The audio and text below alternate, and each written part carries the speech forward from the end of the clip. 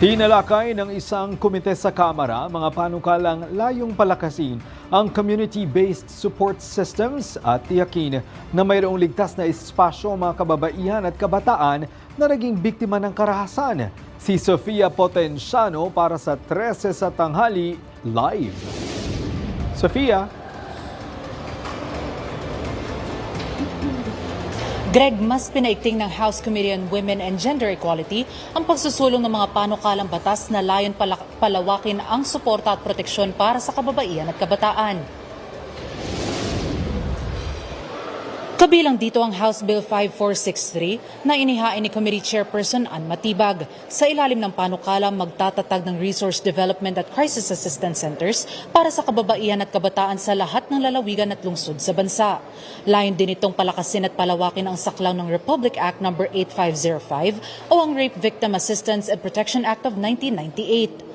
Bukod dito, tinalakay din ang iba pang panukala gaya ng House Bills 3287, 3413, 3574, 4306 at 5685 na pare-parehong naglalayong magtatag ng mga center at pansamantalang matutuluyan ng mga vows para sa mga VAUSI victims.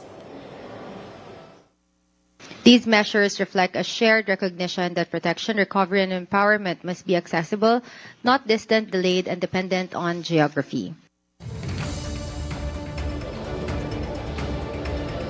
Ayon kay Representative Matibag, patuloy ang pagtaas ng mga kaso ng pang-aabuso sa kababaihan at kabataan kaya kinakailangan ng agarang pagtugon. Aniya, marami pa rin ang walang sapat na access sa psychosocial support, legal assistance, temporary shelters at iba pang mahahalagang serbisyo.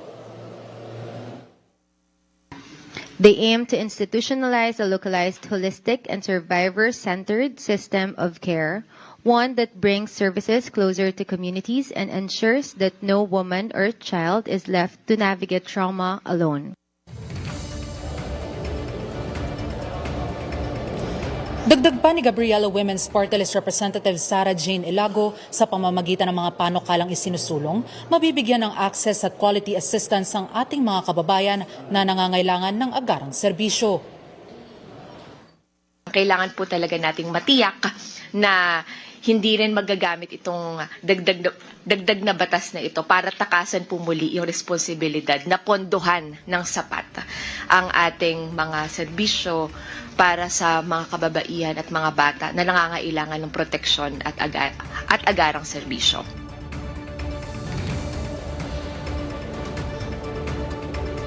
Greg, sa huli inaprobahan ng komite ang mga panukala in principle at nanawagan para sa consolidation ng mga ito upang makabuo ng substitute bill na isasaalang-alang ang komento at rekomendasyon ng mga miyembro at resource persons na dumalo.